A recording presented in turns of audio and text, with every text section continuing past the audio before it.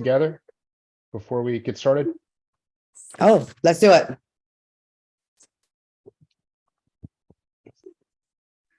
So first we open our sacred soul space, our personal sacred soul space, joining hands at the heart, lifting just a bit above your head, feeling that little sweet spot, and opening wide circle, down, joining back to the heart. And then we open the group, sacred soul space, same thing, up, wide circle, joining back to the heart. Love and light. Love and light. That felt right.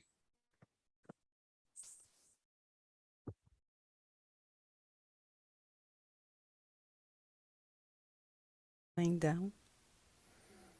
Let's start by detaching from our daily tasks and all the concerns that came by this week.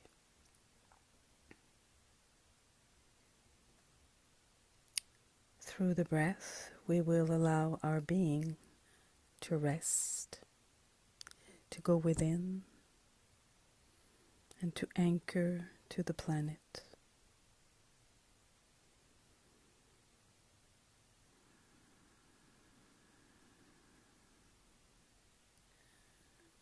Release all tensions going through the different parts of the body, starting with the top of your head, the forehead, eyebrows, ears, cheeks, jaw, neck and shoulders, arms, hands, legs and feet.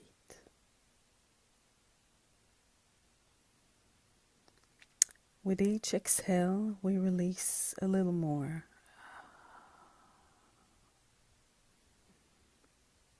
And a little more.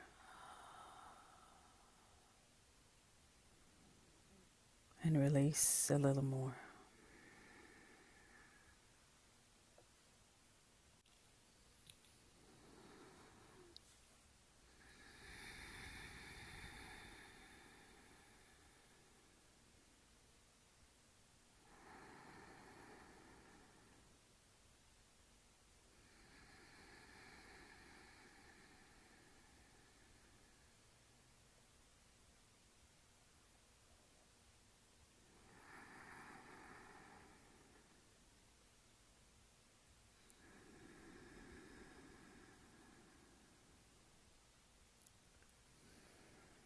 I invite you now to no longer identify to your body and become only breath.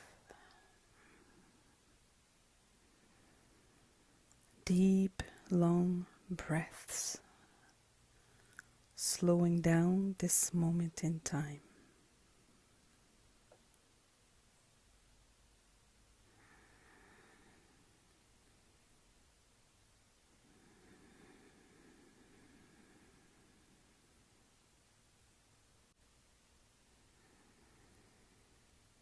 Through the breathing, I realize the commonality that we all share right here, right now, which is the beautiful element of air.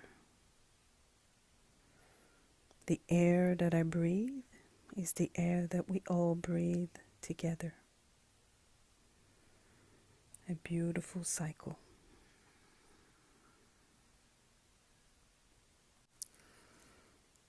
The intention for today's meditation is simply breathing, making our connection to one another through our breathing.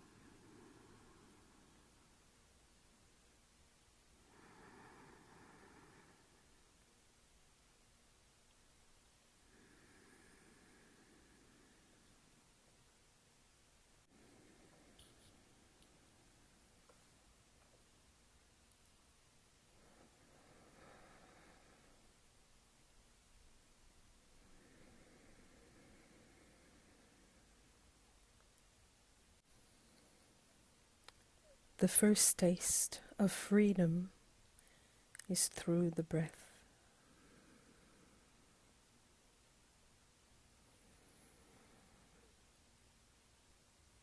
The first taste of abundance is through the breath.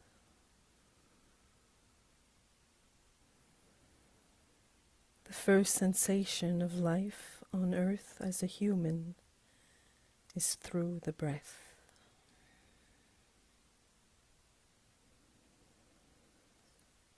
Connect to your breath and you connect to everything.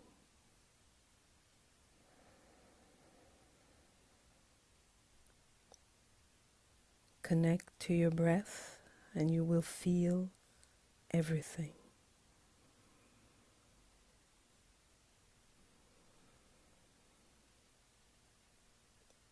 Connect to your breath and you will see everything beyond your senses.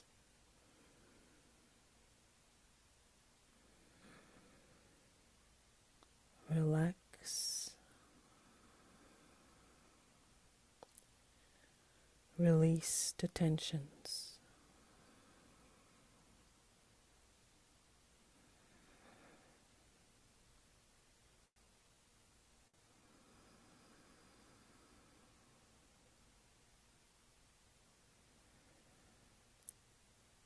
Through breath, you bring inner peace, calmness.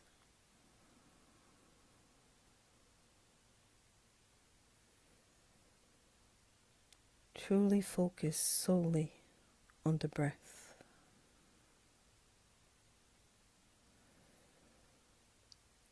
Observe.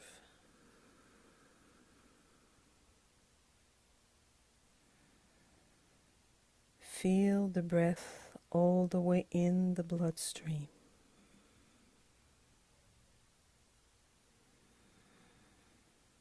Observe.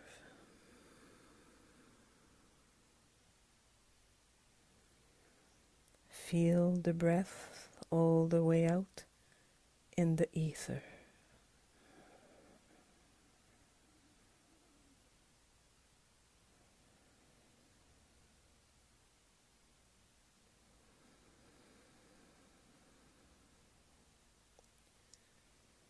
With one another, through our breath, through this same air that we share, is the very first physical exchange.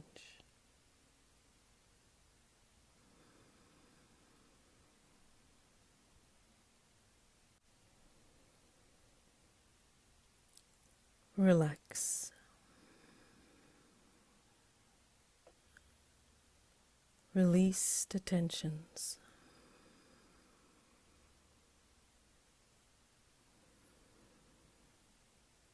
Be in communion with one another, with all your fellow beings that surround this beautiful planet.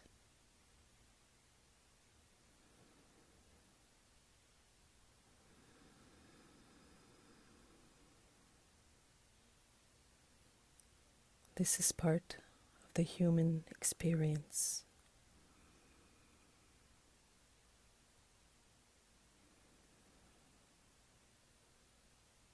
While in communion through the silence, you can almost hear, sense the emanation of everyone.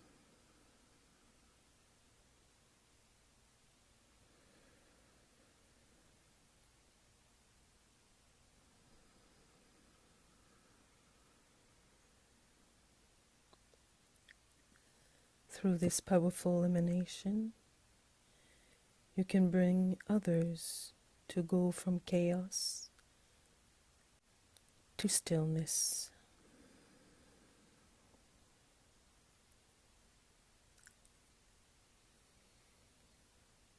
There is power in unity.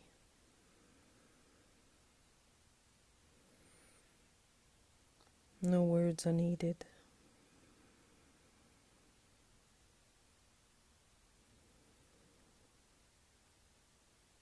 Make your calmness your stillness, and your silence the wind that will reach all humanity, the sound that will influence others, and the lullaby that will rock each and every one you meet.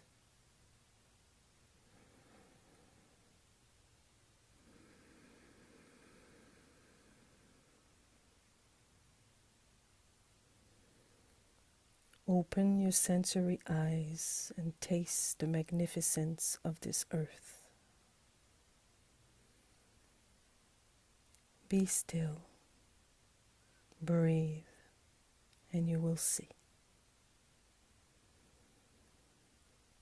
Be still, breathe, and you will feel. Be still, breathe, and you will hear. Be still, breathe, and you will sense.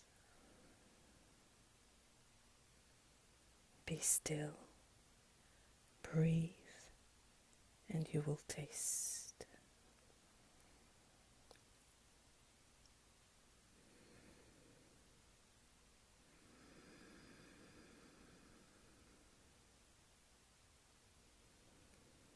Take a moment to be still. Revel in this moment, in full communion together.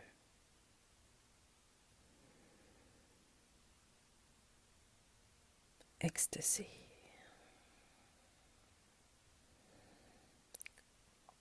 Complete ecstasy. Breathe.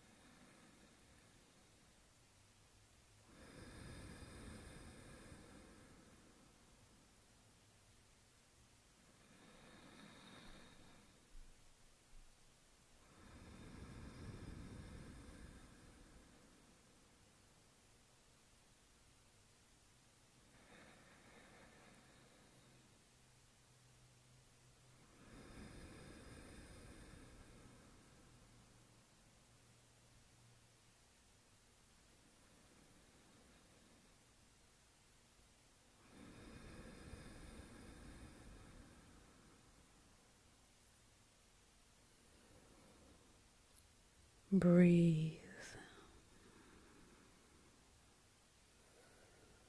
Breathe for yourself.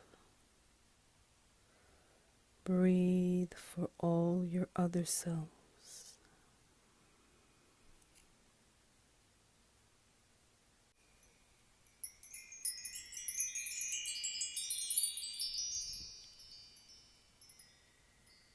Namaste.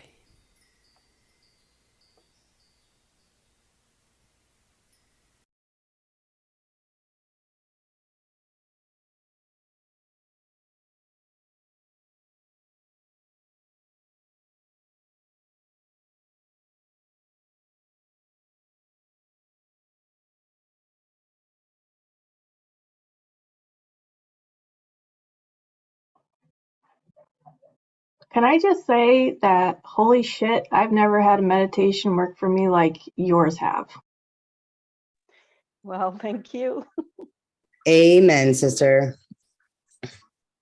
Like, I just didn't even want to come back. All right, share some. Psychic accentuation of pre-existing distortions. Oh, wait, The no. remainder of the energy complex levels are as previously stated. Damn it. Questioner. Is this the reason never for mind. the instrument's feeling of uninterrupted weariness? I am Ra. There are portions of your space-time in which this may be said to be symptomatic of the psychic greeting reaction.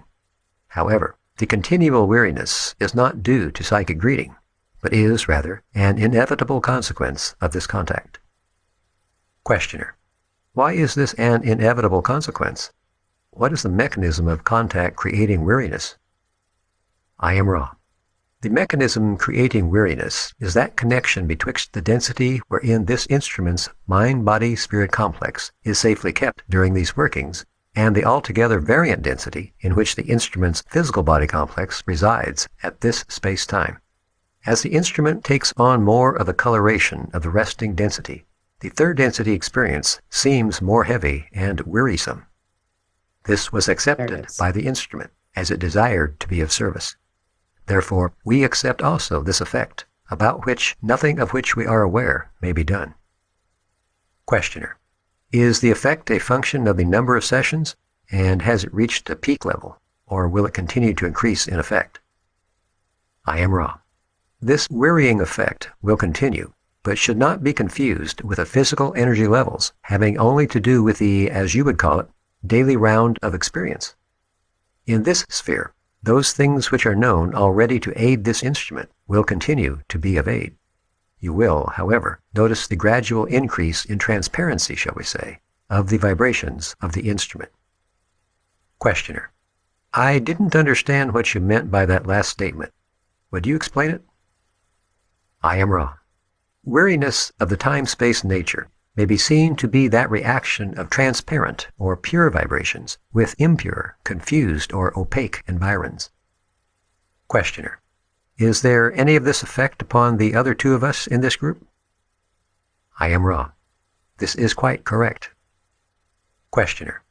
Then we would also experience the uninterrupted wearying effect as a consequence of the contact? Is this correct? I am Ra. The instrument, by the very nature of the contact, bears the brunt of this effect. Each of the support group, by offering the love and the light of the one infinite creator in unqualified support in these workings, and in energy transfers for the purpose of these workings, experiences between 10 and 15%, roughly, of this effect. It is cumulative and identical in the continual nature of its manifestation. Questioner. What could be the result of this continued wearying effect after a long period? I am Ra. You ask a general query with infinite answers. We shall overgeneralize in order to attempt to reply. One group might be tempted and thus lose the very contact which caused the difficulty. So the story would end. Another group might be strong at first, but not faithful in the face of difficulty. Thus the story would end. Another group might choose the path of martyrdom in its completeness and use the instrument until its physical body complex failed from the harsh toll demanded when all energy was gone. This particular group, at this particular nexus, is attempting to conserve the vital energy of the instrument.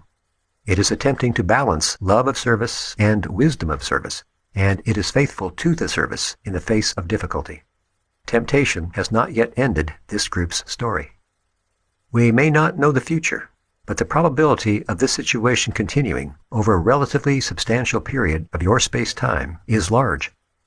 The significant factor is the will of the instrument and of the group to serve. That is the only cause for balancing the slowly increasing weariness which will continue to distort your perceptions. Without this will, the contact might be possible, but finally seem too much of an effort.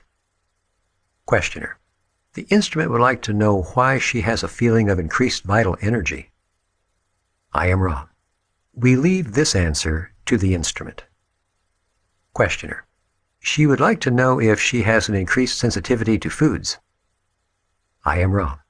This instrument has an increased sensitivity to all stimuli. It is well that it use prudence. Questioner: going back to the previous session, picking up on the 10th archetype, which is the catalyst of the body, the Wheel of Fortune represents interaction with other selves. Is this a correct statement? I am Ra. This may be seen to be a roughly correct statement, in that each catalyst is dealing with the nature of those experiences entering the energy web and vibratory perceptions of the mind-body-spirit complex. The most carefully noted addition would be that the outside stimulus of the Wheel of Fortune is that which offers both positive and negative experience. Questioner: the 11th archetype, the experience of the body, represents the catalyst that has been processed by the mind-body-spirit complex and is called the Enchantress because it produces further seed for growth. Is this correct? I am Ra. This is correct. Questioner: we have already discussed the significator, so I will skip to number 13. The transformation of the body is called death, for with death the body is transformed to a higher vibration body for additional learning. Is this correct? I am Ra. This is correct, and may be seen to be additionally correct in that each moment, and certainly each diurnal period of the bodily incarnation, offers death and rebirth to one which is offered it. Questioner: and finally, the 14th, the way of the body, is called the alchemist because there is an infinity of time for the various bodies to operate within to learn the lessons necessary for evolution. Is this correct? I am Ra. This is less than completely correct, as the great way of the body must be seen, as are all the archetypes of the body, to be a mirror image of the thrust of the activity of the mind. The body is the creature of the mind, and is the instrument of manifestation for the fruits of mind and spirit. Therefore, you may see the body as providing the athanor through which the alchemist manifests gold. Editor's note: the word athanor in the previous passage can be defined as an alchemical furnace able to maintain a steady heat for long periods. Questioner: I have guessed that the way that I could enter into a better comprehension of the archetypes is to compare what we experience now, after the veil was dropped, with what was experienced prior to that time, starting possibly as far back as the beginning of this octave of experience, to see how we got into the condition we're in now. If this is agreeable, I would like to retreat to the very beginning of this octave of experience to investigate the conditions of mind, body, and spirit as they evolve in this octave. Is this acceptable? I am Ra. The direction of questions is your provenance. Questioner: Ra states that it has knowledge only of this octave, but it seems that Ra has complete knowledge of this octave. Can you tell me why this is? I am Ra. Firstly, we do not have complete knowledge of this octave. There are portions of the 7th density which, although described to us by our teachers, remain mysterious. Secondly, we have experienced a great deal of the available refining catalyst of this octave, and our teachers have worked with us most carefully that we may be one with all, that, in turn, our eventual returning to the great allness of creation shall be complete. Questioner: then Ra has knowledge from the first beginnings of this octave through its present experience as what I might call direct or experiential knowledge through communication with those space-times and time-spaces, but has not yet evolved to or penetrated the 7th level. Is this a roughly correct statement? I am Ra. Yes. Questioner. Why does Ra not have any knowledge of that which was prior to the beginning of this octave? I am Ra. Let us compare octaves to islands.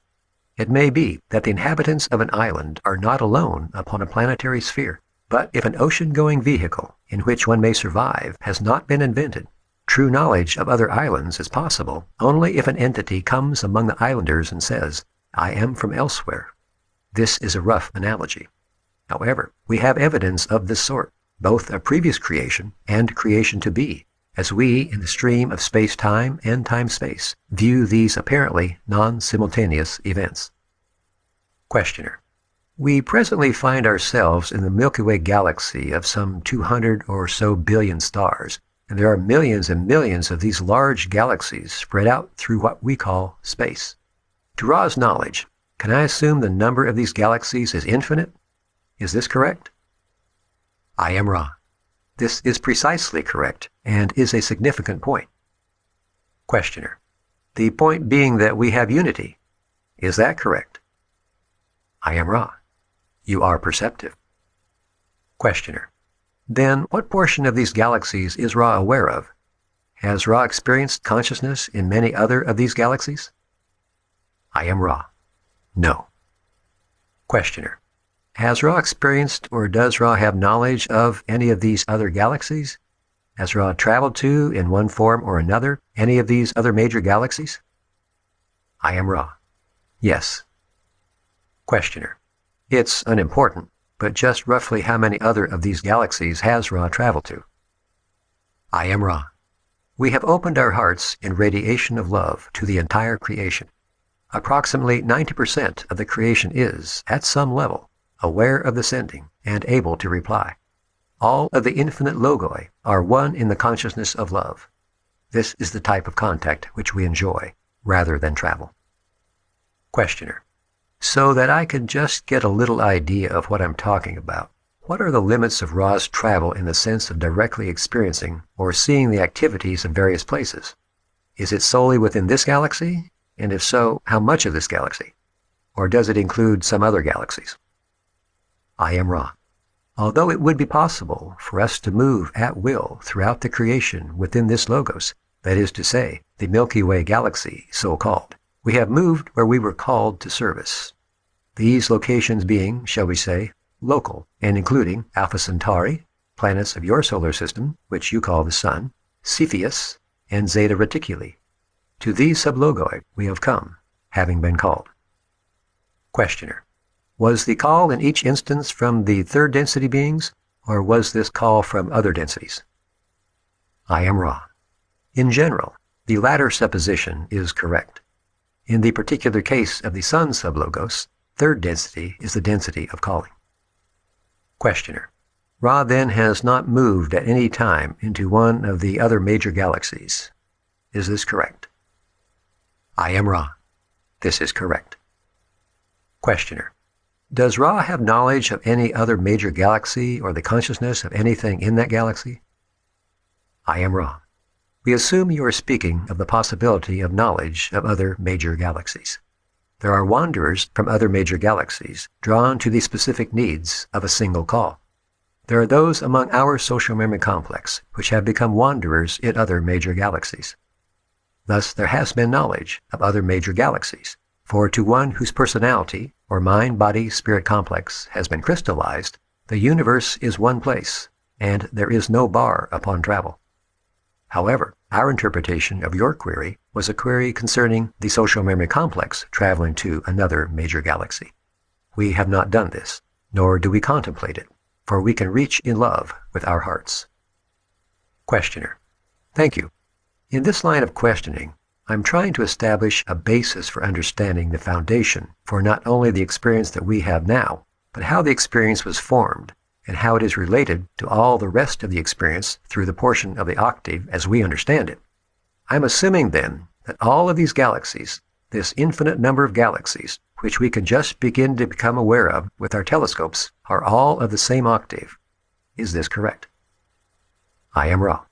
This is correct. Questioner. I was wondering if some of the wanderers from Ra, going to the other major galaxies, that is, leaving this system of 200 plus billion stars of lenticular shape and going to another cluster of billions of stars and finding their way to some planetary situation there, would encounter the dual polarity that we have here, the service to self and the service to others polarity.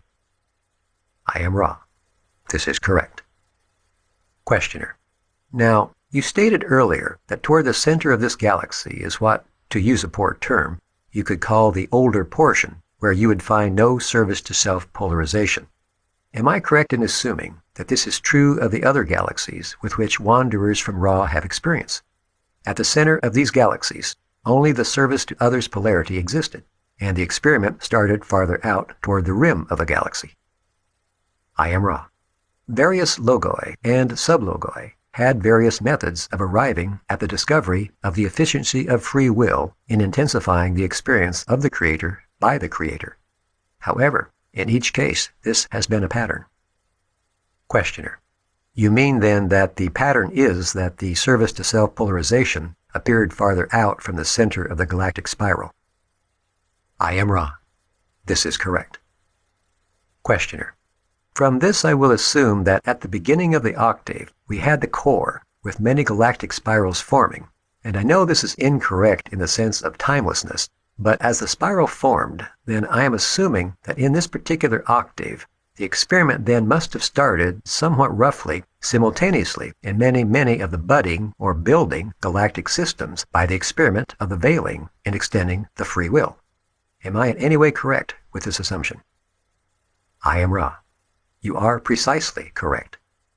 This instrument is unusually fragile at this space-time and has used much of the transferred energy.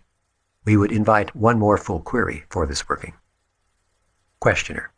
Actually, I don't have much more on this except to make the assumption that there must have been some type of communication throughout the octave, so that when the first experiment became effective, the knowledge of this then spread rapidly through the octave and was picked up by other budding galactic spirals, you might say. Is this correct? I am Ra. This is correct. To be aware of the nature of this communication is to be aware of the nature of the Logos.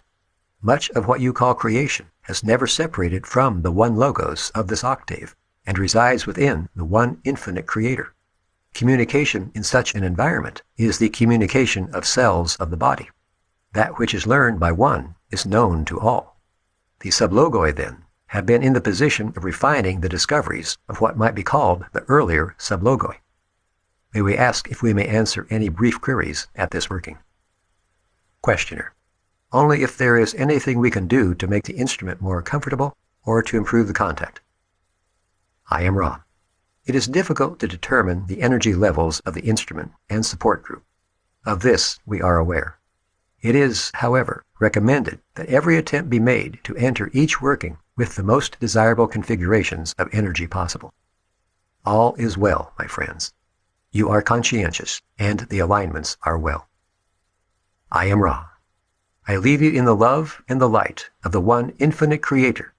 Go forth, therefore, rejoicing in the power and in the peace of the infinite Creator. Adonai. Greetings and Raw love session and number 82, March 27th, 1982. I am greetings in the love and in the light of the one infinite Creator. Welcome everyone. Let us open our hearts with love and kindness for each other and be compassionate as we discuss this session 81. Greetings and Raw love session and number 82, March 27th, 1982. I am greetings in the love and in the light of the one infinite Creator. Welcome everyone. Let us open our hearts with love and kindness for each other and be compassionate as we discuss this session 81 and any other relevant topics. Okay, thank you. Anyone have any questions or comments? Something they want to begin with? Yes. Why? So now they're having difficulties sensing the energy of the group and her. And nobody was like, what the hell's going on here? That's a statement. Get off of my screen, damn it. close. Whereabouts were they talking about that in the chat? They said it was the last thing they said, that it was difficult. They're finding difficulty to sense the group's energy levels as well as the instruments. Oh, yeah. No, I was thinking about that too the last time. This was one that I was looking at a couple of weeks ago, and it occurred to me that towards the end, they end it in a funny way too. Like, it's the only one that I'm aware of that Ra kind of goes, oh, what is it? Yeah, in response to a question, you are precisely correct. Oh, by the way, kind of, this instrument is unusually fragile at this space and time. Like, it's the only time he said she's unusually fragile, without saying she's being under attack. But what they're doing at the same time is talking about a lot of real gold information in this session. And so I think she was being drained, I'll say faster than slowly, because towards the end there, it's like, oh, whoa, where did her energy go? You know, and that could be causing the disturbance in the field to cause Ra not to be able to pick up on their energies as efficiently. What I don't understand is, though, I feel like Ra's saying, hey, something's not right here, guys. You might want to ask me something and figure it out. And then, but nobody ever, they just don't. They're just like, oh, another day in paradise. Like, I mean, to me, I see that as like a big, like, okay, they're not breaking my free will by telling me stuff, but they're kind of laying it in like, it's unusual. I'm having difficulty sensing any of your guys' stuff. And they've been working with them for a while. So it's like, that should have been like a aha moment. Struggle's real. This is as we opened with talking about the inevitable consequence, the mechanism of the contact creating weariness. So yeah, there's some very interesting things here that are being talked about. And you're right, the people who are doing the questioning and running the session are more concerned with, you know, these ideas and concepts rather than paying attention to these real fine subtleties in the direct moment, clearly. But not to their discredit or anything. No, it's nothing to discredit them at all. I mean, you only know what you can know, and you're only going to ask what you know to ask or think to ask, but it's still right there, though, just shows even more so people like we don't have everything. We got a lot of it, but there's more. Maybe we got a lot. I don't know. But yeah, interesting. I'm a huge red flag sensor, so I'm like, my shit was going ding, ding, ding, ding, ding, ding. Everybody else just like, Can you hear me now? Nope. Okay. Yes, now we can hear you. For some reason, my headphones don't kick off my microphone. I've been having technical difficulties all day. I've had an interesting day. But anyhow, I did want to point something out, though, Desiree. Okay, Dawn was the one doing the questioning. Jim was the one sitting in meditation. So he's quiet and still into himself. He's not inputting anything into the questioning. Dawn has a script in front of him of questions that they had come up with the day before in together. Exactly. Mm-hmm. And Carla is the one that is the instrument. She's the one talking. I know. So Dawn is very, very, very technical. He reminds me a little bit of me in reading about him, because he does not get hints. He does not get emotional input. That's not his cup of tea. So yeah, but they still review all of this together, you know. Right. It's not like that evening when they would review those questions together, the persons who would have noticed just what you noticed would have been Carla and Jim. And then that would set the stage for the next day's questioning or a couple days or whatever. In my opinion, if they were working correctly together to say, hey, what was going on yesterday? We wanted to know, these things were, come up. So I just don't beat up Dawn. I really feel bad for Dawn, I wasn't beating up anybody at all. Frankly, I think they all were. As to why because Dawn's brain just didn't think that way. He just didn't think that. But that's why there's three of them, right? It's like a check and balance system. Yes. Yeah. So obviously they all were under some type of something, so that they stopped communicating the important shit. Because if they were communicating that, they would have had their little checks and balances. They also might have had an agreement with the three of them earlier that if shit was going south, they would just end the contact because I guess she was having a difficult day.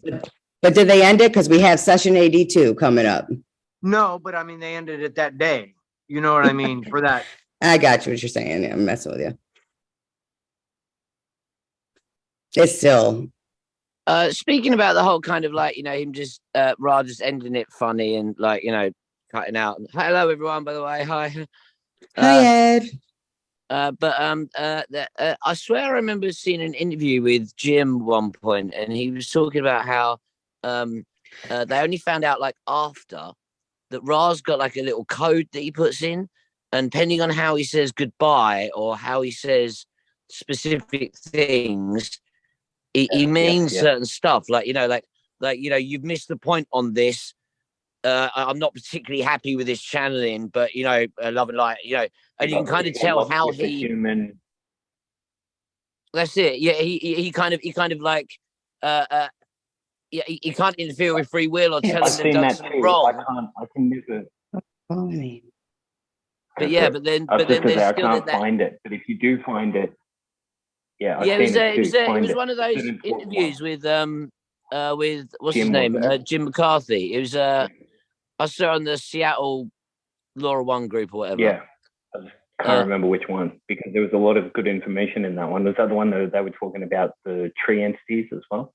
Yeah, that and I think it was from quite a while ago. It was the one where he was talking about you know, him and Carla and the kind of how they used to get ready for the channelings, you know, together, you know, behind closed doors. But it was fun times. The point is, yeah, that whole code thing. Pinky. But yeah, the whole code thing, like, I wish I could find it because yeah, there's a few different ways that Ra kind of like, like it says specific things without saying it. Anyway, yeah. Should I had a couple of things I read out about the session. Unless anyone's got something else I want to say, or I just wanted to say something real quick, Ed. I was wondering if they were doing this session in what, 1981 or 82, and I wonder if that time also many of you weren't even really around at that time, but there was less of a collective consciousness regarding these things at the time. So that really seemed to start kicking in gear in the 90s, it seemed like. I mean, that was when I was in California. I couldn't help it. It was just happening then.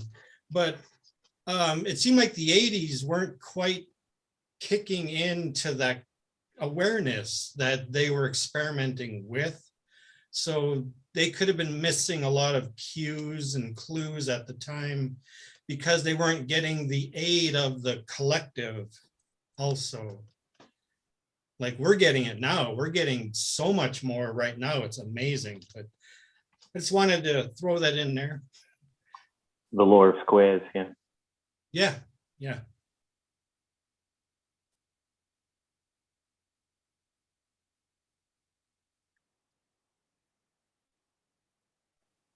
I got a subject. I hate awkward silence. Did I get you?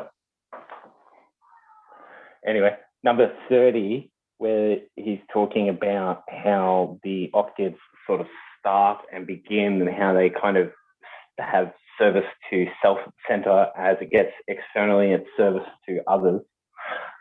This correlates exactly with what we're finding in all toroidal fields nested in all scales across the universe, and that's unified physics speaking there.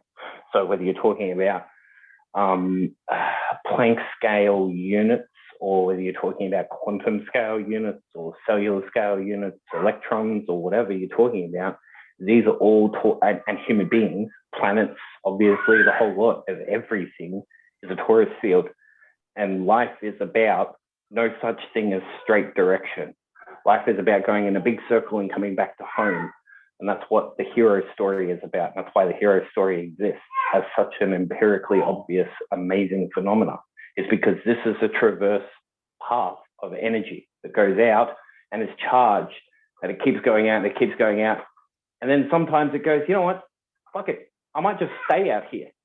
And then it starts running out of energy, and then it goes, oh, crap, I need more energy. So then it starts grabbing energy from everything around it to try to sustain itself. And that's what we call service to others. But as service to others gets further out, inevitably it realizes there's nowhere to go except back into the middle again. And that's where the love is a gravitational pull force back to the center of the unity for it to then begin another cycle again, as we are all part of the one. Dude, that's awesome. Like that really reminds me of like a really kind of succinct poetic version of Dion Fortune's The Cosmic Doctrine. Have you read that? Cosmic Doctrine? Anyone read that? Dion Fortune. It's another channeled work. You've heard of it, yeah? So she was like in the Golden Dawn. She was like, she was like she wrote loads of good books. But this is one of the ones she didn't really like because it's all channeled work. And basically, she read it and she was like, no, this isn't what I believe. What the bloody hell? What's this nonsense? But when you look through it, it's basically exactly the same kind of origin story that Laura One talks about. But it talks about exactly what you're talking about, essentially these toroidal fields where you've got one that will push outwards and one that pulls inwards, and then you get the pull between those two things, and that's essentially what creates the flows of everything in like exactly what you just described, but she does it in like a few thousand really dense pages. It's a great book. Yeah. If anyone wants to read it though. Yeah, literally the structure of matter is created by what we call in physics these density gradients of reality. The density gradients of reality are like this, where you have a torus field, and I've got a basic key for it up the top here, right? So at the center of the torus, you've got this, and then you can do anything you want. You can divide it up by fractions, right? So halfway through, then you've got two parts, one that's further, one that's closer, right? You can divide it into how many pieces that you want. And then you've got separate parts. All of these parts are creating different layers of gathered energies. And to the physical example of this, to understand exactly what I'm talking about, have you seen the centrifugal devices that they put blood in blood banks and pathology centers in order to be able to see what's contained in the blood? They use a spiralizer to spin these tubes out so the density of the blood gets separated using centrifugal force into separate layers. And then they can go into that blood in that particular layer and see what's there based on the frequency of the energies contained within the blood. The blood will separate itself perfectly. That's all of physical matter. We're talking about cymatics, except cymatics doesn't include the spiral pattern of the torus. It's just kind of what's going on the outside of the pattern, in a 2D sort of sense, because we use these 2D plates to describe. But cymatics is also the process of 2D, what they call the Mandelbrot fractal sets. If you haven't seen those, they're those spiraling graphics that just keep zooming in, and they've got crazy spirals that just keep zooming in and zooming in. That's basically a 3D visualization of the cymatic patterns. And so if you can get into the cymatic patterns, they're a bit more basic than these crazy looking awesome spirals. They're a lot more colorful. But yeah, that's what we're talking about. I love it.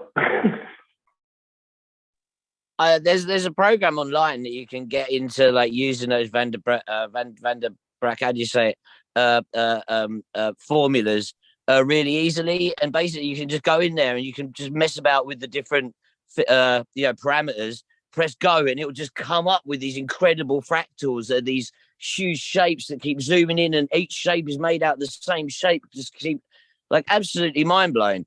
And essentially, yeah, they all it just comes down to what numbers you put in, so you can just make them all up yourself all day long. It's like they're really fun.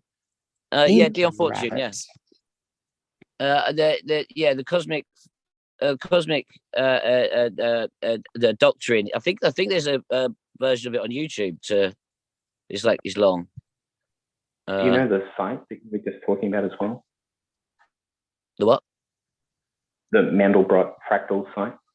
Yeah. Do you happen to remember, or if you can get that from Oh history no, or man, something, like, I put that can't in remember group? numbers, man. Like, you know, dyslexia No, I mean sucks. the site. The site.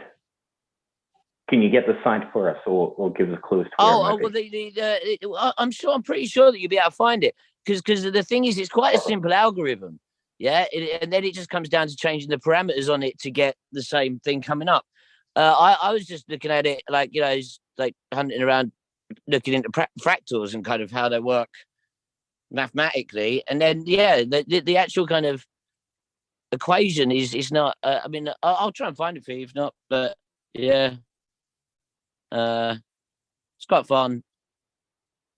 Have you seen the kind of like how crazy intense some of the kind of fractal things can get? Like, you know, whole works of art that have got like the whole work of art inside every part of the work of art. Like, it all gets kind of mad. Anyway, you talk about like kymatics and stuff as well, like the whole kind of vibrational thing. Yeah, affecting like the torus field, like all of these things. Like the But, thing like, I would that find you some know wall when you space for look that at kind of art. when you look at like actual kind of the torus field thing, when you look back through tons and tons of different kind of ways you want to go, when you talk about the human body, you know, the torus field is supposed to be kind of what our aura is, you know. So yeah, and then when you look at like the flow of prana and pranic breath, and you know, like trying to actually cycle through the chakras, you know, that's the spiraling snake of the kundalini going up between the chakras. You know, that snake is actually the kind of the whirlpool spiral that's right in the center of the torus field. You know, that then comes around and would come back again. It's like a magnet. And also then you've got to look at the kind of, when you look at a magnet isn't one field that goes all the way around from top to bottom. It goes to the middle, and then you've got a 0 point field, and then it cuts. So basically you've got that point in the center of a magnet has got no force on it, you know, and we have that too. That's what the heart chakra is. The heart chakra is essentially that point where we project the field outwards. Yeah. And then it's a torus field is essentially two fields that interact with one another to make one cycle. Yeah. So you'll have the field at the bottom that has a certain amount of strength, and the field at the top that has a certain amount of strength. When they get to a point, the two fields pull it in towards one another and start the cyclic movement, pulling it round. But when you look at a magnet, essentially you've got a system of north-south from the top to the middle, and then middle to bottom, you know, and at that point in the center, there's no force, there's no magnetic charge. And that's what the heart chakra is. That's why it's what you project out using, you know, that's why it's the part of the torus field, as it were, that we can actually manipulate and push outwards from. You know, the top of the torus field is the infinite intelligence rushing in. The bottom is the infinite energy, the prana flowing upwards through us, you know, and the interaction between those two things are the two directional flows of the torus. But yeah, the actual only place that we can actually kind of project outwards from is the heart chakra. You know, that's the 0 point energy inside the torus field, inside the magnet, you know. Anyway, I'm just going to keep talking if no one interrupts me. So we love you, Ed. Yeah. I mean, I couldn't even try to attempt that. I'm just wondering if anyone wants to bring it back to something that was in the session. Well, how about you do that? Oh, okay. Well, one of the I've been trying to figure out what was in the session, and unfortunately the GPT seems too confused and has no idea what actually happened. Andre's like, screw the reading, I'm getting cliff notes. Here we go, GPT. What's going on? Okay, Becca? Okay, so when they were mentioning the Athanor, the alchemical furnace, for some reason when I saw that picture, I immediately went back to the video that Susanna sent a while back about the Knights Templar, and they were talking about the Holy Grail, and some of the hieroglyphs kind of look like something like that. And I was thinking about the emerald tablets and stuff. Like, if you guys have not had a chance to go see that, it's mind blowing. That video that she sent was mind blowing. But yeah, talking about the Ark of the Covenant and so much information, but that's what it like shot me back to. You should share that on the thing so people can go Yeah, watch it. that's a good point, Becca. I believe that this is question 14, and then it was in response to question 13, which was about the transformation of the body called death. And then it's this transformation, and the alchemical transformation is a great example. Like, I know in Taoism, in the in China, well, that's what it's based on. It's purely a faith that is based on alchemy, where, like, the whole qigong stuff, they imagine a furnace in their belly, and they're trying to, like, transmute stuff. They're like Doctor Strange, the Doctor Strange movies. Yeah, I'm not familiar with those. Oh my! I can't with you. There's so many examples of like alchemical practices, you know, things like the furnace and the alembic, you know, the round bowl with the glass tube coming off the side of it, you know, like the actual word, like, you know, alembic, what's it called, like the where the baby's attached, what's that called, the umbilical cord. Umbilical cord, yeah, that comes from the umbilicus, which is actually an alchemical piece of equipment, which is how they started to distill things in the first place, and that once again comes from the alchemical process of essentially distilling out the ego from the spirit. So when you move from mind into what's it called, corpus, spirit, no spirit. Oh fuck it! When you go from the mind into the spirit, you have to remove the ego. Yeah, and that's what they'd use the alchemical thing, and then the alchemical furnace comes down to the kind of the great work, and you actually keep with the determination, like you said, keeping the fire balanced. I think that comes down to calciation. I can't remember, but the point is, every kind of chemical process came down to an actual alchemical psychological process that you ran through. So all of those different tools represented a different process that as a spirit you were supposed to go through. And I just wanted, you'd be amazed at how many different religions all over the world use exactly the same kind of metaphors. Yeah. Anyway, sorry, didn't mean to interrupt. I just wanted to finish what I was saying. Was that sorry. Oh, that's all right. Their goal usually was to achieve immortality, and for some reason they always thought it was something to do with mercury, so they kept drinking mercury and killing themselves. Irony. Yeah. Yeah, that was how the Emperor Qi or whatever, the legalist killed himself with mercury, and he had like a tomb full of mercury. And anyways, but I'm wondering if maybe like the reason that they're interested in this transformation process is that they knew that there had to be some kind of internal transformation that would give them that eternal life of ascending to fourth density, because, you know, once you're in fourth density, then you no longer have the veil, and so you remember all of your past lives, and then you're effectively immortal again. And so yeah, I was thinking that could possibly be one of the kind of subconscious things, but unfortunately they placed it very low in the body, not at the heart. They placed it in the bottom, and so their religion is mostly based on social interaction, or the yellow ray, rather than the green ray. I fully agree. When you look at most of these alchemical processes, it doesn't matter whether it's from Sufi or whether it's from the Chinese ones, or, you know, Western actual, you know, Christian mysticism or whatever, they're all basically just the same Kundalini enlightenment pathway. Like, you know, they're just told by different people, different times, in slightly different ways. The point is, it's still the same kind of well, it's the same process that Ra talks about, you know. Trevor?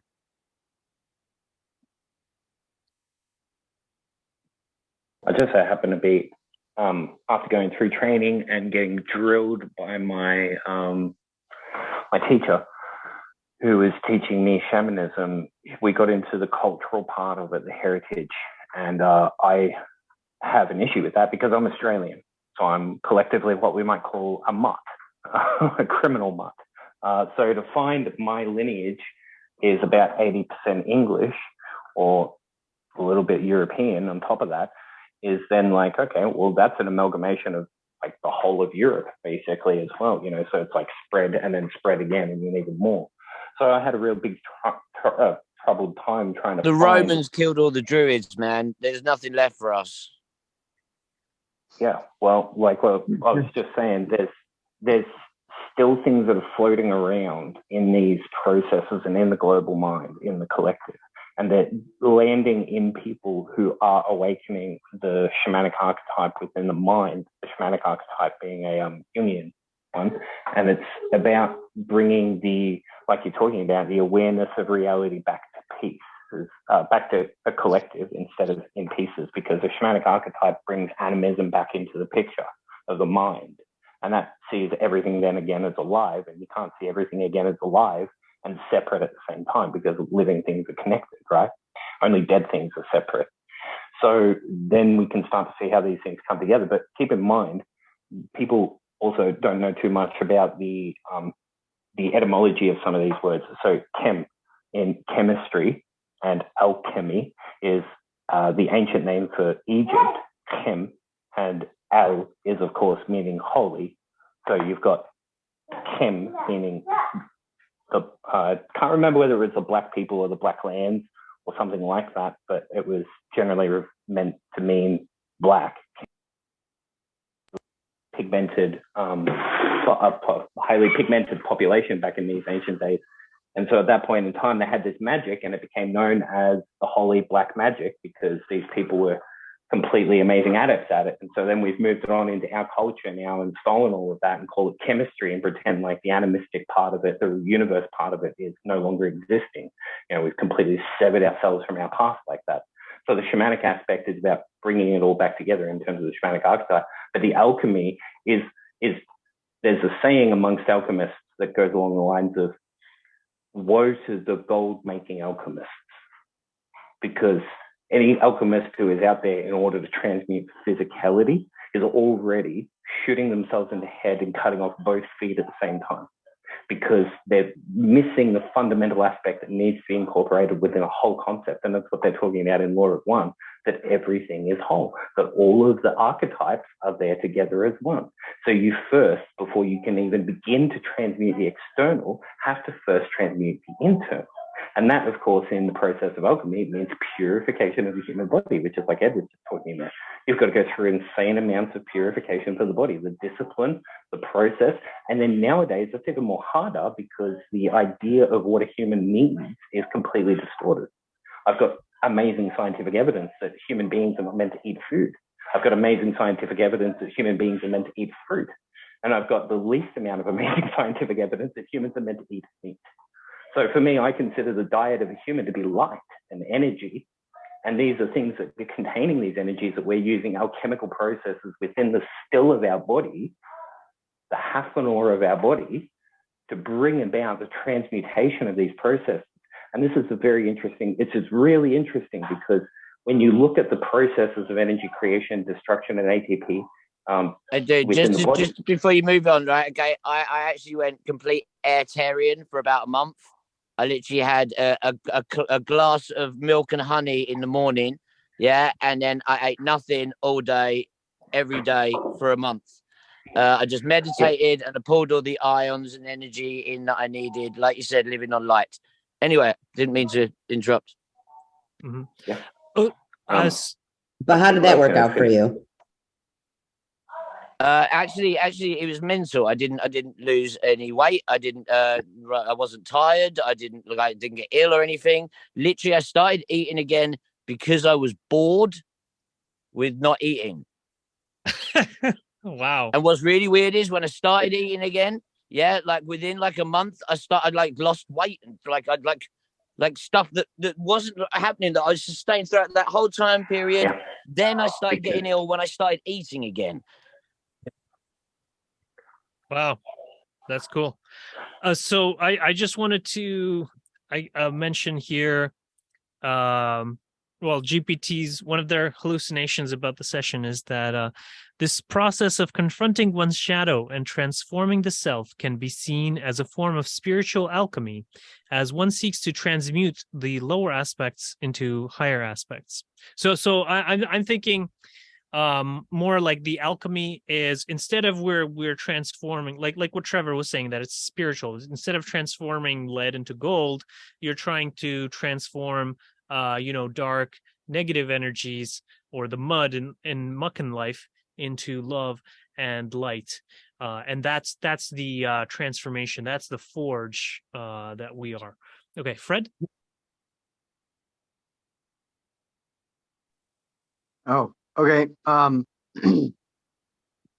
wanted to bring something back to the session we were listening to. I don't know if it was kind of at the beginning of the session where they were talking about, and they've been mentioning this several times now, where there's the simultaneity of everything, and us being in our octave and there being a previous octave and also a preceding octave or postceding octave, and that all viewable galaxies within our universe are in this same octave that we're in now. Density, no, but octave, yes. So what they said was that the previous octave was a non-simultaneous event. So what that basically means is that, in my opinion, I don't know, this is just how it clicked with me, a non-simultaneous event would have to mean that all the matter and antimatter and ether and whatever the hell else you want to include in our universe is what there is. And in each heartbeat, which is an octave of the creator, then we would have to be contained with the only thing that was created. And therefore, the reason for previous octaves and next octaves being non-simultaneous would be because it's all the same. And I mean, it goes back to, of course, everything's one, but also at the same time, there's no other one. This is the only one. And I don't know why that just really was heavy to me. I don't know why. I mean, I know we had questions about why they didn't ask about Carla's condition and everything, but they also didn't ask more why about this a non-simultaneous event. That to me is like, that's beyond fundamental. That's like the bedrock that goes underneath the foundation understanding. I think a million questions could be answered from just that statement alone. What does everybody else think about that? Okay, so dude, one, I totally agree with you. Like, it's kind of mind blowing, the whole kind of perception of what the octaves are, kind of thing. Have you ever read the Seth material? No. Okay, so in that he talks about exactly the same process Ra talks about, how like the octave begins with basically the Big Bang, and then it all goes out and everything gets pulled back in again. Then it goes off and that's the next octave. So that's that. Our universe is that octave, right? Now, like Seth talks about that, but he talks about how the spirit and consciousness, gets pulled into the one creator, goes through the change of octave, but when it comes out the other side of the change of octave, you're still you. So your consciousness might have been shattered and exploded and splintered like gods into billions of pieces of energy that then recoalesce over the trillions of years. But you're still you in every octave. So every single time the universe gets destroyed and pulled back together and then starts all over again, your soul, your the entity, the oversoul that you are, starts again from scratch, just like the creator with each new octave, but essentially it's still you. Anyway, yeah, that blows my mind. And then when you think about what Ra said about that, they don't have any actual evidence. They no one knows, yeah, because they haven't been there, but they have evidence that there's the other islands, yeah, that things have come from one octave into this one, so they know that there was a previous octave, you know. So because also he kind of says something similar when he's talking about the other galaxies. So you know, Ra hasn't left our galaxy, right? You know, he says he's only really been here, but he's reached out to the whole universe with love, right? But then there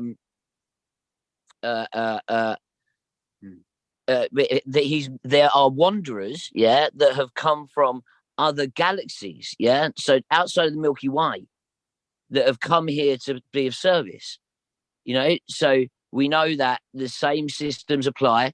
And what is it? He said just an amazing thing. Was it when your soul is crystallized, then the universe is one place. Oh, come on, how cool was that? As one of the cool things Ra says. I thought that was a well cool one. So Mitch, you think that there's other events occurring simultaneously that are not in continuum with our simultaneous environment? Basically, that there's more than one universe bubble all I don't know. I mean, it could be a trash can full of universe bubbles for all we know. But I mean, is that more what you were saying? I mean, yeah, that's kind of what I take from it. Maybe not as specific, you know, on our side of things, we have time, space, and space time with, you know, the idea that something lies outside of that, outside of those two options. You know, we are here in space time, they're there in time space, and they can traverse the two as they please. But the idea that there are other existences operating outside of the framework that we understand, and that's where the other octaves will and have existed.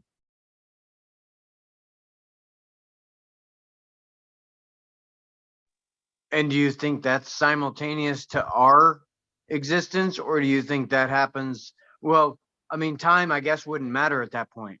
Yeah, I think the concept of simultaneity kind of loses its base when viewed from this, because again, we view everything on a straight line, or you know, when you get into time space, it you know, folds back into itself.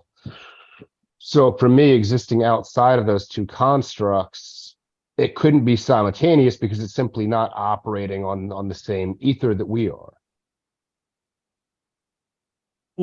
Well, here it says apparently non-simultaneous. So I mean, it appears to us as though it's not simultaneous, but then again, time is an illusion.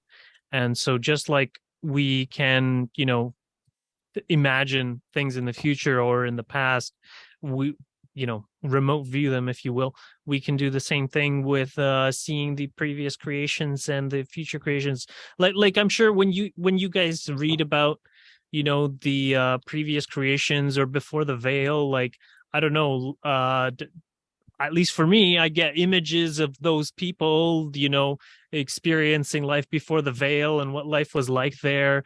And then, you know, and then it's like, well, that's there you have it. That's how it is. That's how it was, you know, and then I imagine the future and like at least the aspects of it that I'm interested in the next, you know, heartbeat or whatever. And like, there you have it. You can see it, you know, but at the same time, it's kind of like what Fred was saying. It's kind of like a bucket of these in terms of that it's all happening at the same time. So it's all evolving at the same time. So by the time you get to any future, it's going to be different than what you imagined because, you know, it's going to be more complicated or due to the inherent mystery of creation.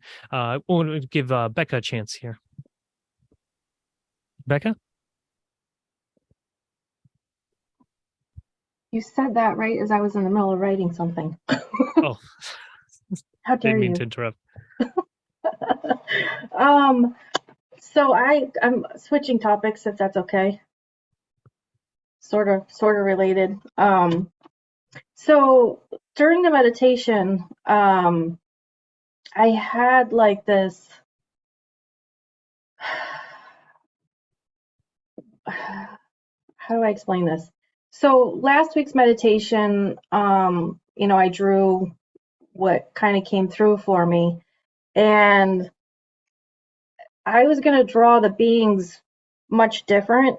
They were going to be like little ghosts. I wanted them to be ambiguous, you know, because I didn't really want to, because I was seeing it more as souls. And as we were doing that movement, I was trying to figure out, I was like, I don't know where this figure came from. I'm literally like, I don't know what's going on here. I'm not, I don't know. It was really my first intuitive drawing.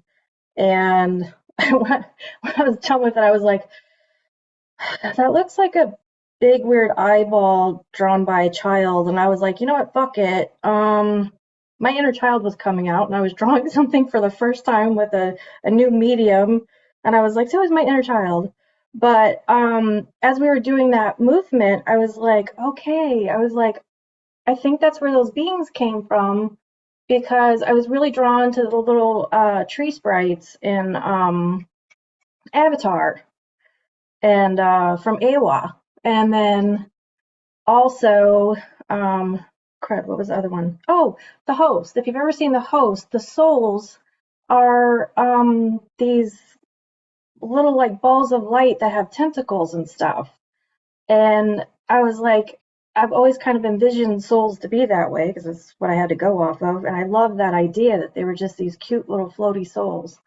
And I was like, oh, I think that's where that came from, or how it connected anyways. But Just to jump in, kind of ironically, you're talking about the little balls with like wiggly bits coming off. yeah. What they actually are is torus fields, like what Trevor was saying at the beginning. Are you going to show us the picture, Becca? Look like The- little neurons all lighted up, you know, I spreading out. posted it in the group. Oh, you did? Yeah. Oh, okay. Yeah. Yeah, I saw that movie. It's cool.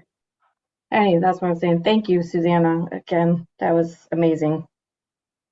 My pleasure, Becca, my pleasure.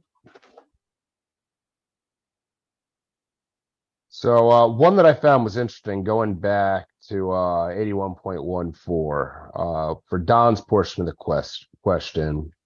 Wait, was it 1.4? Maybe not. Sorry, hold on. The one having to do with alchemy. Which one was that? Somebody jump in, help me find it.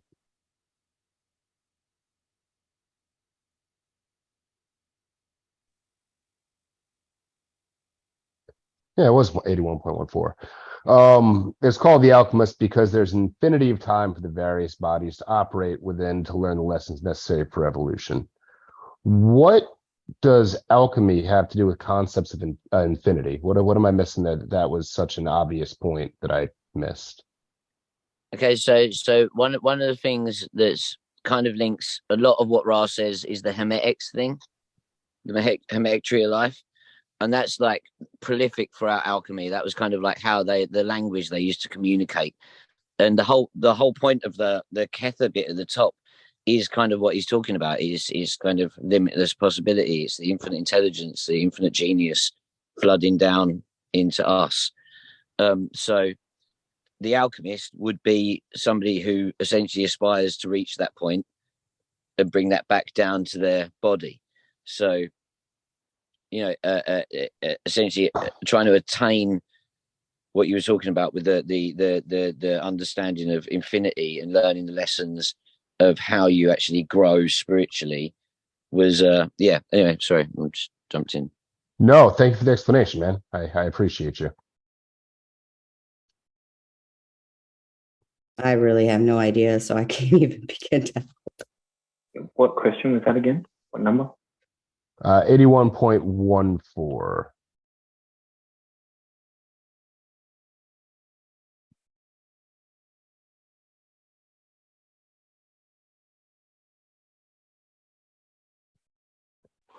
Sorry, were you asking why is it obvious that you want to live forever?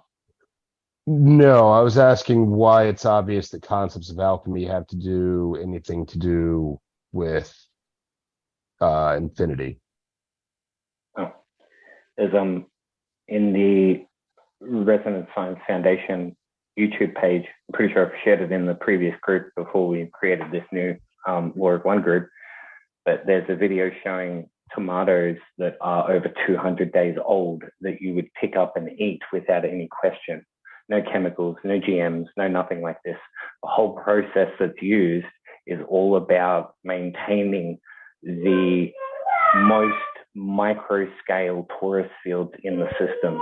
And so the theory being that when you can find equilibrium in a system, in an energy system, the entropy, what we usually call entropy, is almost non-existent.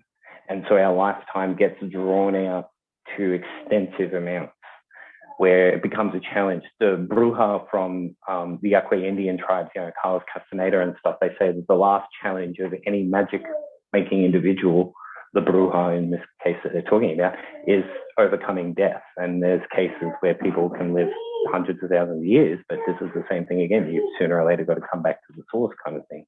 But you can do so whether you're fighting it or you can do so whether you're in harmony with it.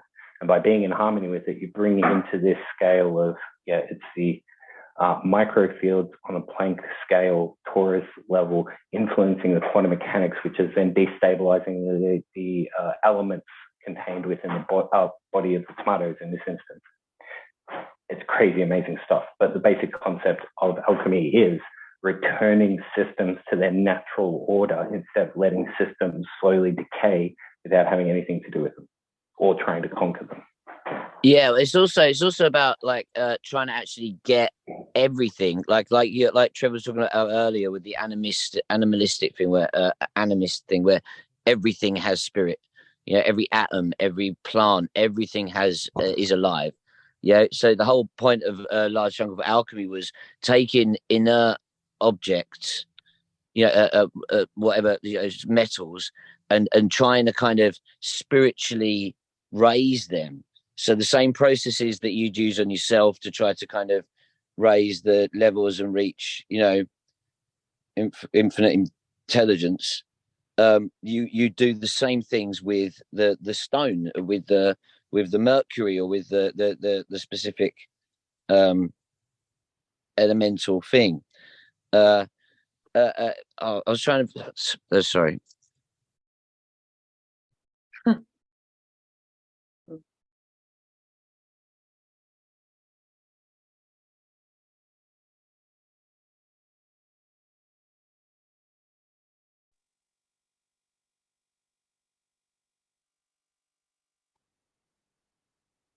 Okay. No one can hear me, damn it. Fred, Sorry, Fred, I thought Fred, dude, just go. Fred, dude, just go. Go, Fred. Fred. Oh, okay. Fred, your turn, dude. Just go, No. Fred. It was quiet for too long. Why didn't you jump in, Fred? Fred, dude, it's your turn. Go. Run away. My mic was off. Anyhow, but I wanted to point one other thing out that Ross said in this session, that all things in all of these densities basically learn things at the same time. When one entity learns something, and we can see this in a lot of different ways, where when one thing learns something, everyone learns that thing. Now that goes with the 100th monkey effect. Pardon? It's called the 100th monkey effect. 100 monkey effect? Okay, well, do you know of the earthworm electrocution experiment? They actually scientifically proved this, where they were breeding trays of red earthworms, and what they would do was shine a bright light on them, and then as soon as they shine the bright light on them, they would electrocute the tray of earthworms. So they did this hundreds of times until the earthworms learned that as soon as they shined the light, they would flinch because they knew they were going to be electrocuted. Well, they took those earthworms that they trained and they ground them up into a paste. And then they fed those earthworms to another group of earthworms that they were breeding for the same experiment. Only this time they didn't electrocute them. When those earthworms were fed, the earthworms that were trained, they shine a light on the tray and the earthworms instantly flinched. Well, they can repeat that experiment multiple times. And that proves right there that once something learns something, that energy, that knowledge, that experience gets transmuted. That could be passed on because of epigenetic memory. That could, the way that earthworms take on genetic material, that could be done other ways. That could be done through, acetylation or putting on other things. It's done in fractals. On our level, on our third density level. I agree with you about there's a college campus where years and years ago they did this experiment with the crows where somebody put on a scary mask and scared the bejeebers out of them. Then they put the mask away. Years and years passed, and they decided to pull the mask out. And these crows who weren't alive then instinctively knew what that was and just took off. Yeah. There's also 100th monkey effect. I don't know anything about the 100 monkey effect. It's called the 100th monkey effect. That's the most documented thing. If you get 100 monkeys across like a continent, if they all start learning something at about the same time, by the time you get to 100 monkeys, every single monkey on the continent will know it somehow. Yeah. Now they're not quite sure how it works because it's like, things like hundreds of miles away or learn how to do something basically overnight. Right. So it is the kind of crazy. Consciousness. Yeah, exactly. But then the point is they wouldn't need to kind of eat the worms. That could be passed on by an epigenetic mechanism where the worm would take on the specific DNA markers that it would then translate into behavior. But the 100th monkey effect, we are talking about, it can only be changes in consciousness because of the fact that you've got huge range of geographical distance and things will just know all at the same time, basically within a far too small a period for the actual information to be progressed. Crows, as you mentioned it as well, crows are incredibly good at it. Like they literally, they're like, one of them will get run over somewhere and all of the crows in the area will avoid that road. Like crows are bonkers for it. Anyway, sorry, go. But that seems to me why Ra pointing out in previous sessions where they said that the closest example that we have on our Earth to second density creatures advancing to third density would be our pets, because they're receiving our love. And, my dogs drive me fucking insane, but I love them. Even though I'm mad at them when they do something they knew they do it wrong, whatever, and they get love and they sleep in my bed and everything, and the kids love them, and those dogs know love. And I've seen videos, I don't know how many times, where I saw that lady in Pennsylvania that she befriended an entire clan of bears. Didn't mean to, just so happened they come to her house, they saw she was benign, and she started helping them, and she was watching them cook for them while they fed. And that is third to second density training, just like what Ross said, that they're people that they are learning from, being higher density than them. They're helping them advance to the next density, and that's what we're doing too. But when you have something tragic or crazy happen to a second or third density, any density really, it's going to transmute in some way, whether it's epigenetics, whatever you want to call it. It's metaphysical, so that's why we can't really there's a really great book. Rupert Sheldrake talks about it all the time. Morphogenetic fields or morphic resonances or morphic fields. Basically, he puts forward the hypothesis and actually provides very, very good evidence that things are not the way they seem in terms of that it's really based on the shape of things. So they found even like a robot, just using analog circuits, if you made another and you would teach it things, then another robot made in the same way would have those same ideas or whatever. So maybe like crows are structurally and genetically similar enough that what one learns, the entire hive mind learns, and same thing with like monkeys and things like that. And so he was explaining that this even works with crystals. So the first time that a certain kind of crystal is made, it's often very difficult, and it has a lower melting point. And then after people get good at making these kinds of crystals, it gets easier and easier to make them. And also because they're more stable, their melting point actually rises for lots of things. And he showed like that over centuries, this has been the effect for many materials in like chemistry books and things like that. The boiling point for these various chemicals keeps rising. It's an amazing book, Morphic Resonance by Rupert Sheldrake. Wouldn't that also have to do with this, like the split test experiment where it explained that our attention affects matter, material, metaphysically, physically, whatever, in that when we expect something to happen, it's more likely to actually happen, where you're talking about boiling points and melting points and everything changing over this time. Purity levels and ability to detect certain impurities in metals have also changed too. So it would make sense that the boiling point would change and the melting points would change, because you're needing to get out other impurities to get something purer and purer, especially if you're able to detect it. Well, my understanding is that they were already working with pure things. So this is like a chemistry manual. But yeah, I wanted to give Robert a chance here. Oh, thank you, Andre. Yeah, it was like 7-8 years ago, I was reading on this experiment they were doing with the deletion of data off of hard drives. And they would take a group of people that knew what kind of data was on the hard drive, and they would monitor the power consumption of the computer while the data was being deleted, versus the group of people who didn't know what was on the hard drive, looking at the power consumption. It turns out that if you knew the data that was on the hard drive being deleted, it consumed less power to do it.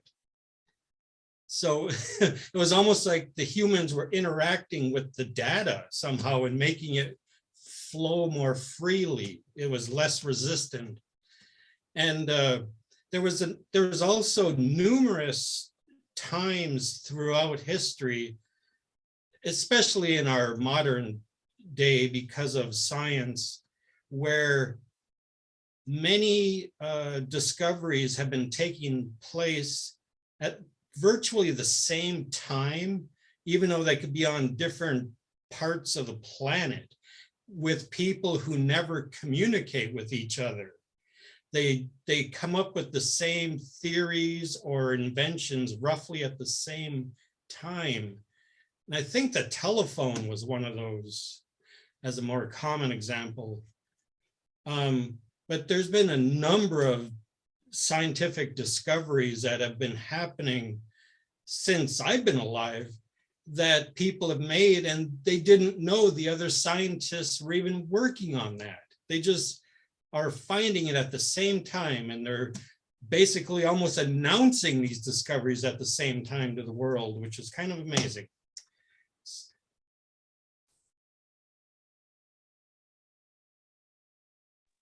Yeah, I totally agree, dude. Like the whole, like science is kind of built on that, you know, everybody knows where we're up to. Everyone can get the papers. So then, you know, you've got all people working on the same things kind of generally. But yeah, I agree. Sometimes you get like exactly the same discoveries, like, you know, from a completely different side of the planet with no, you know, just being the next step up. What I was going to say about the morphogenic fields, though, I mean, because that really heavily ties in with what Ra talks about all the time. This idea that, you know, that we're the creators and, you know, like our consciousness can actually kind of shape reality. You know, the whole idea of how that would work would be by affecting morphogenic fields. So, you know, where the idea that if you come up with an idea, if you come up with a, you know, a new invention or something like that, before you make it, you have to think about it. And by thinking about it, you create basically a thought form of it, which then affects the morphogenic field of the world. And then when you make it, you create it in physical matter. But the idea is that if everybody starts thinking the same things, you know, then that all goes into the collective consciousness, like, you know, Carl Jung, you know, but then that essentially is the morphogenic field of the planet. So, you know, by us all thinking the same thing, like, you know, like say bad things, we all start thinking bad things. The whole planet, everyone's thinking, oh, when's the next earthquake going to be? Then we're going to have an earthquake because of the fact that we've changed the morphogenic field of the planet using thought to then, you know, change our reality essentially. So, you know, that whole idea of morphogenic fields is really quite important with kind of this whole study, because it's how thought forms work. It's how, you know, well, yeah, the whole idea of making changes outwardly, you know, it comes quite heavily down to that, manipulating those morphogenic fields, essentially like a quantum level. Anyway, yeah, the other thing is, anyone ever heard of Tatwas? Tatwas? I don't know if I'm saying it right. It's a magical concept. I think it's from India, and basically it comes down to a very similar thing to like the Platonic shapes, where you've got everything in the universe is made of very specific shapes, and if you understand what those shapes are and what they represent, then you can kind of look past matter, and you can see every single object in the universe for these tattvas, for these specific geometric patterns that, you know, are used to make reality. Anyway, I always think that's a really lovely kind of concept, and it kind of ties in quite well with the whole morphogenic field thing, because they're kind of the building blocks for these morphogenic creations, as it were. Anyway. I just wanted to add a few clarifying points based on my understanding of the Law of One LO archives. So I think that in terms of the morphic resonance bit, I think it would be more close to, like, say you have 100 people that have a certain realization, like, that the vaccines are harmful or something like that, you know, and then it becomes easier for other people to come to that same realization. Damn it, I can't post this shit on YouTube when we mention COVID. Okay, I already got a warning, fuckers. Sorry, you know, I thought you could post it on Rumble.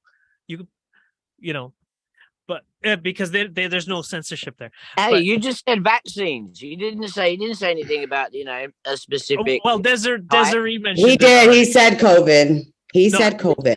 No, I said vaccines. Okay. I swear to God, I'm gonna go back and say that back. If I'm imagining shit, just shoot me now. Anyways, but in terms of earthquakes, my understanding that happens because if there's a lot of negativity on the earth, then the earth feels it, and then it's like it has like an ache, and then it kind of like tries to shake it off. And then people experience an earthquake because they're hurting the planet by you know, suffering and pain and all that stuff. So it's trying to get them to be compassionate and kind to each other. I agree, but then if you think about it in that same sense of the morphogenic fields are the kind of the emotions and the kind of feelings of the planet, you know, and it's not just our consciousness that adds to it; it's everything's consciousness, like you were saying, you know. All the huge crow consciousness, you know, the blade of grass consciousness. I feel they're distinct they're concepts. all included in the morphogenics. Because morphogenetics is more like based on a certain prototype, like of you know, humans. So all humans would have like, or all monkeys or that kind of thing. So it's based on the shape, morph, right? Whereas, but there is another aspect where each of us has an electromagnetic field. And then the earth has an electromagnetic field, and then how our electromagnetic field interacts with the earth's magnetic field, and that's how it's affecting everything on the planet. Dude, I totally agree with you. I think the difference in what I'm saying is that I think the shapes that I'm talking about and those geometries are those electromagnetic fields. So essentially, it's all of the way that all of those things work. You know, come together with these the morphogenic fields essentially manifesting reality for us. You know, but yeah, the electromagnetics is every part of all of it. It's all part of it. If that makes sense. I wanted to give Trevor a chance. He's had his hand up for a bit. Again, this is like everything that I do. This is what I spend my time doing 24 hours a day, pretty much, aside from, you know, pissing, eating, and entertaining my daughter. So I have posted it in the cat group, and I'm going to be posting it on the page right now for anybody who catches replay. A discussion by Quo, by our friend Brian Scott, about Quo talking on morphic fields, morphic resonance, and other things like this. One of the actual meditation sessions, somebody came along and went, "Hey, have you heard of and this and that sounds a lot like," and so they go into some interesting conversations there.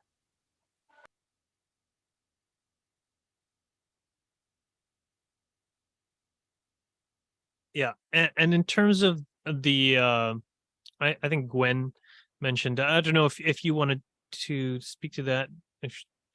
But yeah, Dolores Cannon was saying that basically extraterrestrials give the information to many people, and they don't really care who invents it. But I don't know if Gwen, if you wanted to speak to that. Just that I'm a believer also that we've come with a purpose to some degree, maybe more than one, but several souls will come in and say, yeah, I'm willing to kind of be that participant to help invent that, you know? And so it's planned ahead that they'll be the recipients of these downloads to kind of help boost you, because of course we forget. And it's just kind of a matter of who gets to it first. Not that it's a competition, just that it's needed and participants are there to be helpful in that sense. And so on a very less scientific level, it just is another way of viewing it instead of all the semantics of it. And that's all. Yeah, that makes total sense. That it could be a pre-incarnative choice, and the reason they would want to have multiple, if it's important, is because people have free will and they may just decide not to invent it this time. So it's good to have multiple possible inventors so that at least someone will be able to do it.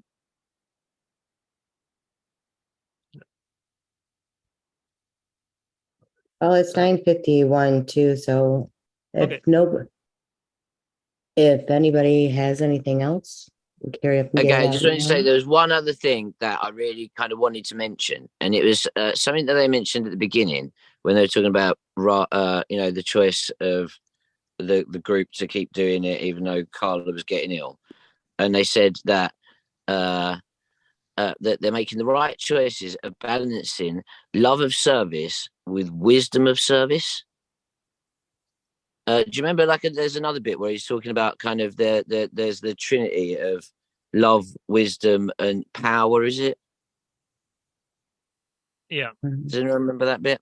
Yeah. And then, and if you think about when he was talking about the other groups, that they might just go and martyr themselves and not care that they die because the message is more important, or all these other things.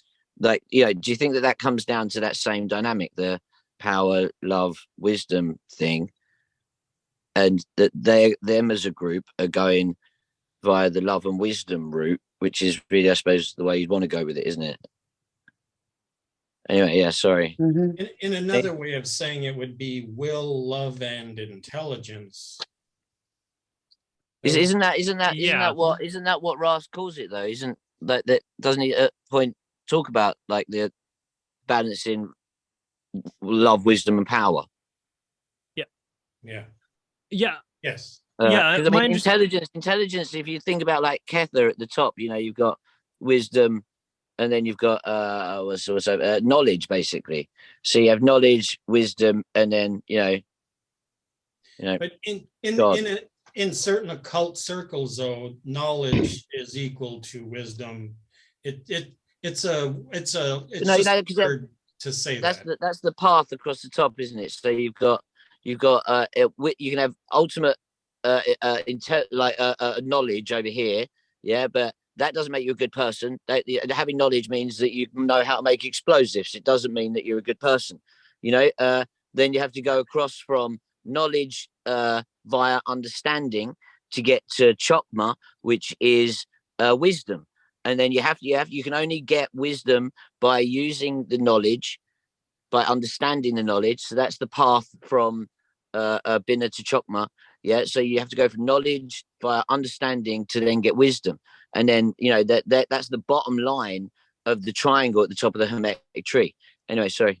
Yeah. I my understanding as well is very similar, that wisdom is knowledge that has been transmuted by experience. So you have some knowledge, you applied that knowledge, then you gain some experience, and now you have wisdom. And yeah, they all, those three are distinct in terms of love is like heart activation, and then wisdom is more to do with either fifth or sixth ray. And then the power really has more to do with alignment in terms of being able to align your thoughts, feelings, words, and actions in order to manifest things magically.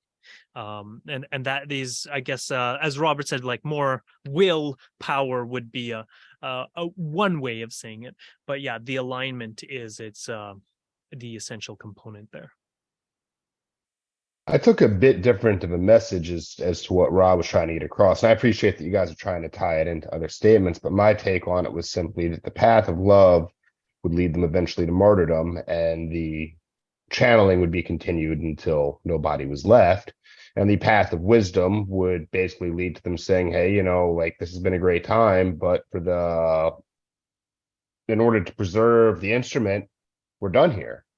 And I think the balance between the two is, hey, you know, we have some more energy to give, but it's not infinite. So we're going to push on, but we're going to do so carefully. Right. Yeah. Yeah. Mitch, you're right. In terms of this session. Yeah. So Desiree wanted us to round up. I don't know if anyone has any final comments, or then Rob will go over. Yeah, we got to remember too, Susanna's gonna. Oh, and Susanna. Okay, at so the end after Robert closes. So after Robert, then Susanna. Okay. And thank you, Robert and Susanna.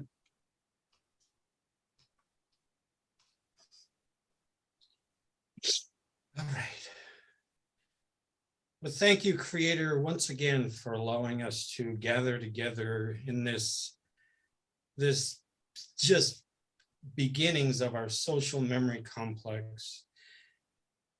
We are faithful in our trusting of the input of the greater collective that Ra has shown us is out there, the Confederation of Planets, all of our friends and neighbors and guides and helpers. Thank you for being there. We humbly ask for your guidance and support as we move onward into our future in this space-time. Thank you very much for all that we have and that we will have. And I love all these people. May our love grow stronger for everyone. And so it is. So it is. Bringing back your hands to your heart, we will now close our sacred soul space, our personal one. So we go in the other way, starting down, circle up, bringing the hands above the head, just staying here a little bit, finding that sweet spot, and lower back to the heart. And now we will close the group, Sacred Soul Space. Okay, so we leave you in the love and in the light of the one. Oh, sorry. That was another one. Up, yes. And back to the center. Mm. Thank you, everyone. Thank you. Okay, we leave you in the love and in the light of the one infinite creator. Go forth, therefore, rejoicing in the power and in the peace of the one infinite creator. I don't know. Love you guys. Have loads of Love you fun. guys. Love and light. Mwah. Love and light.